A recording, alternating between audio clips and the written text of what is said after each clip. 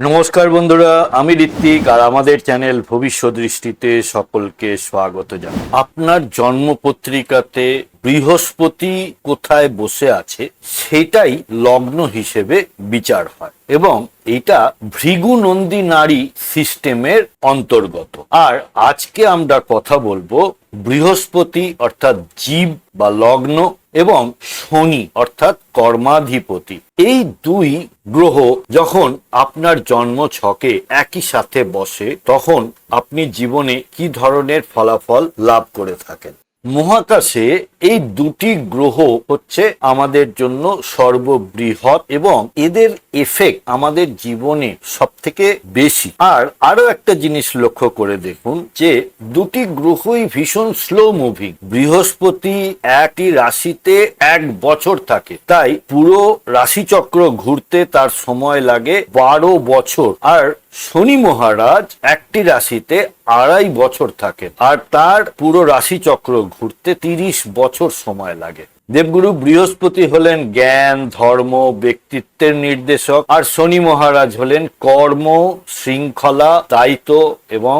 আপনার মেহনত। তাহলে এই দুটি গ্রহ যখন আপনার জন্মছকে একসাথে বসছে তখন সেই মানুষটার বা সেই জাতক বা জাতিকার ব্যক্তিত্বটা একটু অন্য রকম হয়, একটু অসাধারণ হয়। এরা কাজের জায়গায় ভীষণ সততা মেনে চলে, ভীষণ নীতিবান এবং সৎ প্রকৃতির হয় এবং কাজের নীতি ও শৃঙ্খলায় আপোষহীন হয়ে থাকে। এনাদের মধ্যে একটা গভীর দূরদর্শিতা লক্ষ্য করা যায়।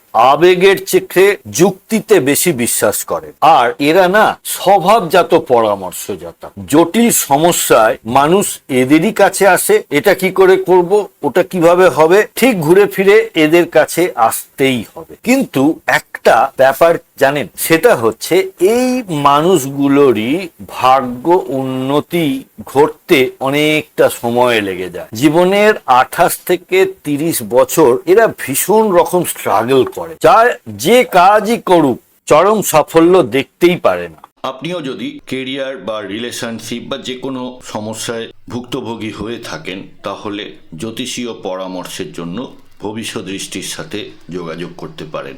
নিচে ওয়েবসাইট এবং হোয়াটসঅ্যাপ নাম্বার দেওয়া রইল। বন্ধুরা, ভিডিওর কন্টেন্ট ভালো লাগলে লাইক, কমেন্ট, শেয়ার করতে ভুলবেন না। আর এই ধরনের ভিডিও আরও দেখতে প্লিজ চ্যানেলটি সাবস্ক্রাইব করবেন। অনেক ধন্যবাদ।